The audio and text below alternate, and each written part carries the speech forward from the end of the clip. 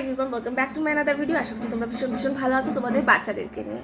বাইরে প্রচুর পরিমাণে নয়েজ আসছে, কিছু করার নেই, কী করবো নিজেই বুঝতে পারছি না। বাচ্চা যেহেতু আছে এই জন্য মানে রাত্রিবেলা আমি ভিডিও বানাতে পারছি না, কারণ ওই সময় আমার ছেলে ঘুমায়, যে কারণে আমি ওই সময় একেবারেই ভিডিও বানাতে পারি না। আর এইদিকে দিনের বেলা এত ঢাক বাজে, এখন যেহেতু চৈত্র মাস, এই সময় ঢাকটার বাজাটা খুব স্বাভাবিক। তো যাই হোক, তোমরা একটু ইগনোর করে অ্যাডজাস্ট করে নিও, আমার কথায় ফোকাস করো, তাহলেই হবে। যাই হোক, আজকে যে বিষয়ে কথা বলবো সেটা হচ্ছে, এখন কিন্তু মানে ওয়েদার কিন্তু বেশ গরম, আর এই গরম বাড়ার কারণে কিন্তু বাচ্চাদের বডির যে তাপটা আছে সেটাও কিন্তু বেড়ে গেছে। আর এই তাপটা বাড়ার কারণে অনেক নতুন মায়েরা কিন্তু কনফিউজ হয়ে যাচ্ছে যে বাচ্চা জ্বর এসেছে। আর এই ভাবনার থেকেই একটা সাংঘাতিক ভুল করে ফেলছে, সেটা হচ্ছে এই জ্বর ভেবে বাচ্চাকে কিন্তু ওষুধ খাইয়ে দিচ্ছে।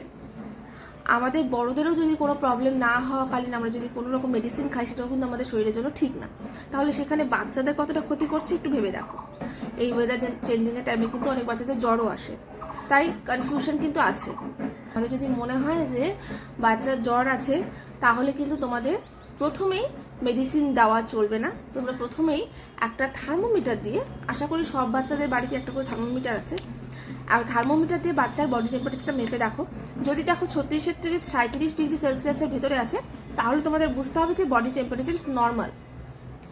যদি তার থেকে বেশি আসে, জ্বর এসেছে বলেই ধরতে হবে।